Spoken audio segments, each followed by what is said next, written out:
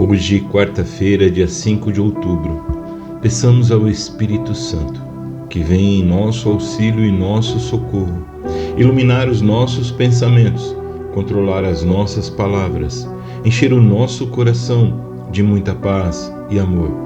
A reflexão que nós vamos fazer se encontra no Evangelho de Jesus Cristo, segundo Lucas, no capítulo 11, versículos de 1 a 4.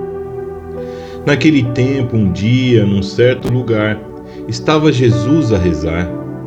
Terminando a oração, disse-lhe um de seus discípulos: Senhor, ensina-nos a rezar, como também João ensinou aos seus discípulos.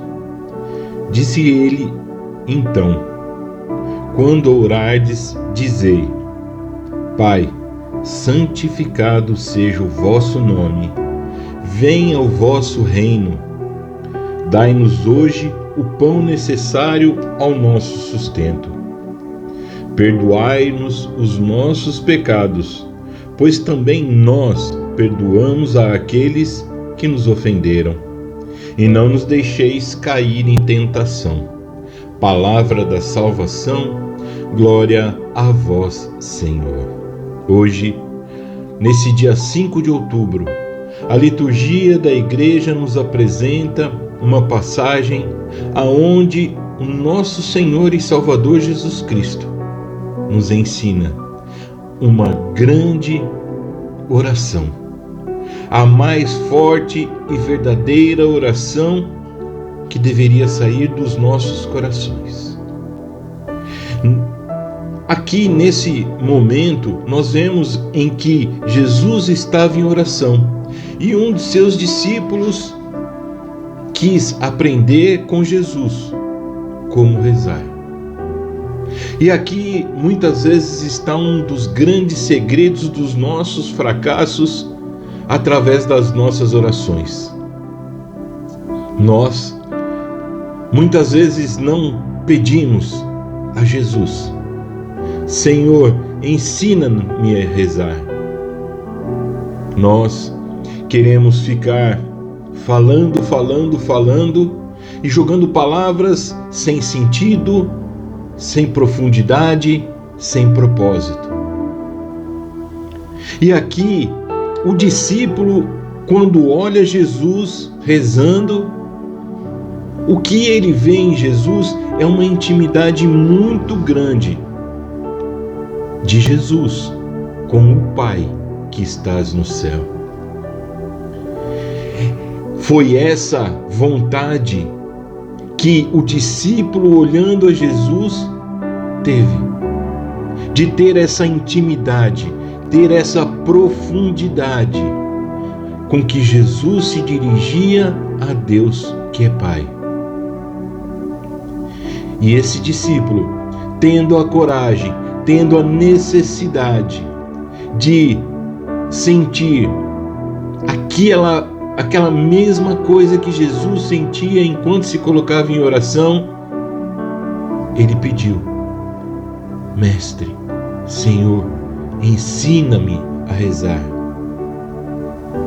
E Jesus prontamente se colocou e nos deixou uma grande e profunda oração que deve entrar no nosso coração, para que nós, quando a falássemos, pudéssemos sentir toda a verdade com que essa oração se apresenta.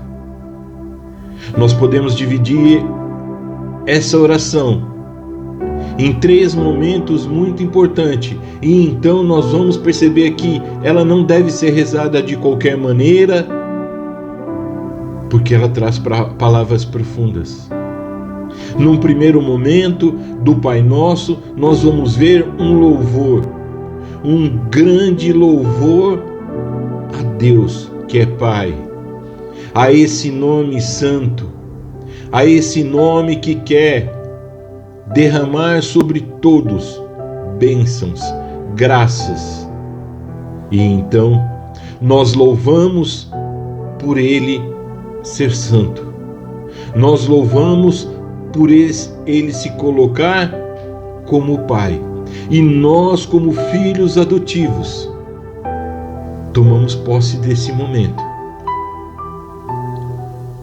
O que Jesus nos apresentou é que no caminho da nossa vida, o proclamar, o anunciar, o testemunhar o nome de Deus é um dos grandes objetivos de nossa caminhada. Dizer ao mundo: Pai, santificado é o seu nome. Venha a nós o teu reino, porque é isso que nós devemos procurar. O reino que foi inaugurado pelo próprio Jesus e que nos deixou como a grande possibilidade de ter uma grande herança nos céus. O reino de seu próprio Pai. Num segundo momento, nós vamos perceber que Jesus nos apresenta o amor ao próximo com que nós devemos ter. Porque do mesmo modo como nós pedimos perdão a Deus pelos nossos erros, pelas nossas fraquezas, pelas nossas quedas, pelas nossas inseguranças, pelos nossos desvios, nós devemos perdoar todas essas falhas dos nossos irmãos e assim abrir o coração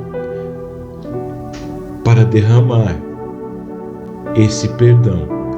Do mesmo jeito que eu sou perdoado, nós devemos perdoar ao próximo.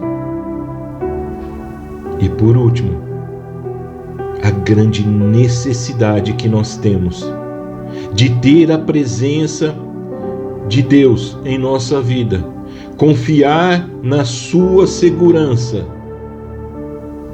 porque nós sabemos muito bem que no decorrer deste caminho nós iremos encontrar com as grandes dificuldades, com tentações, com grandes provas que o inimigo irá impor nessa caminhada rumo ao reino que o próprio Deus deixou para nós.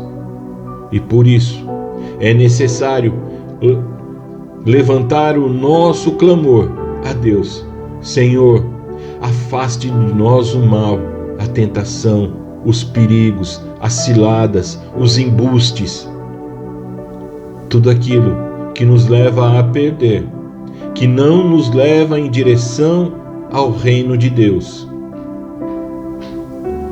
Essa é uma oração que nós deveríamos fazer constantemente, mas meditando a sua profundidade, para que nós pudéssemos entender que não existe motivo para aflição, não existe motivo para desespero, não existe motivo para insegurança, porque Jesus nos elevou à condição de filhos desse Deus que nos ama e que está sedento por derramar a sua misericórdia sobre o seu povo.